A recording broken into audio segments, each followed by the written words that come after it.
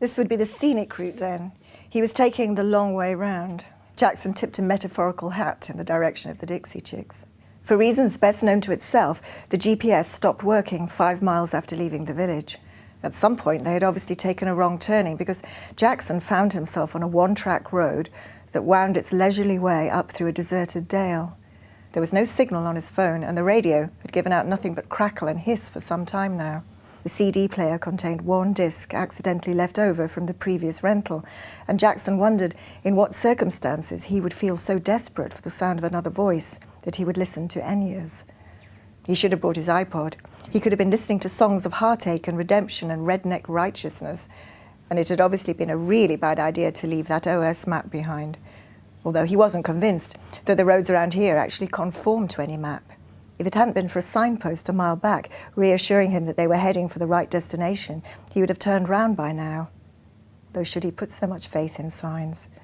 Bleak in its beauty, the landscape was beginning to bring out the mournful streak in Jackson that he was usually better off keeping at bay. Hello, darkness, my old friend.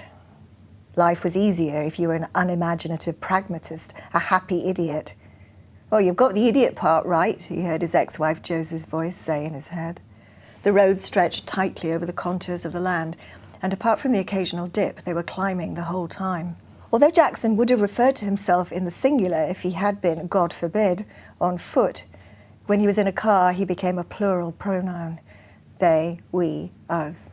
A car and me, a biomechanical fusion of man and vehicle, pilgrims on God's highway. They were alone, not another car in sight. No tractors or Land Rovers, no other drifters on the high plains, no fellow travellers at all. No farmhouses or sheep barns either, only grass and barren limestone and a dead December sky. He was on the road to nowhere. There was still a lot of hardy sheep wandering round, though, aloof to the dangers posed by a bloody great discovery bearing down on them. They must surely lamb late up here on these wuthering heights. Jackson wondered if they were already carrying next year's lambs. He had never considered the gestation period of a sheep before. It was surprising what a lonely road drove you to. A ragged-looking sheep, long in the tooth mutton, stood foursquare in the road ahead, like a gunslinger waiting for high noon. Jackson slowed to a stop and waited it out for a while. The sheep didn't move. He hooted his horn, but it didn't even twitch an ear and just continued chewing grass laconically like an old tobacco hand. He wondered if it was deaf. He got out of the car and looked at it threateningly. "Are you going to pull those pistols or whistle Dixie?" he said to it. It looked at him with a flicker of interest and then went back to its incessant chewing. He tried to shift it bodily. It resisted, leaning its stupid weight against his. Shouldn't it be frightened of him? He would be frightened of him if he was a sheep. Next, he tried moving its hindquarters to get some grip and torque, but it was impossible. It might as well have been cemented into the road. A headlock also got him nowhere.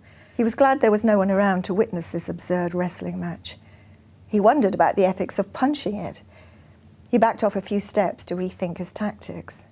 Finally, he tried pushing its front legs from beneath it, but he ended up losing his own balance and found himself sprawled on his back on the road. Across the pale winter sky, an even paler cloud floated overhead, as white and soft as a little lamb. From his prone position, Jackson watched its progress from one side of the dale to the other. When the cold had not only seeped into his bones, but had begun to freeze the marrow inside them, Jackson sighed and, getting to his feet, he saluted his opponent. "You win," he said to the sheep. He climbed back in the car, turned on the CD player, and put on Enya. When he woke up, there were no sheep anywhere.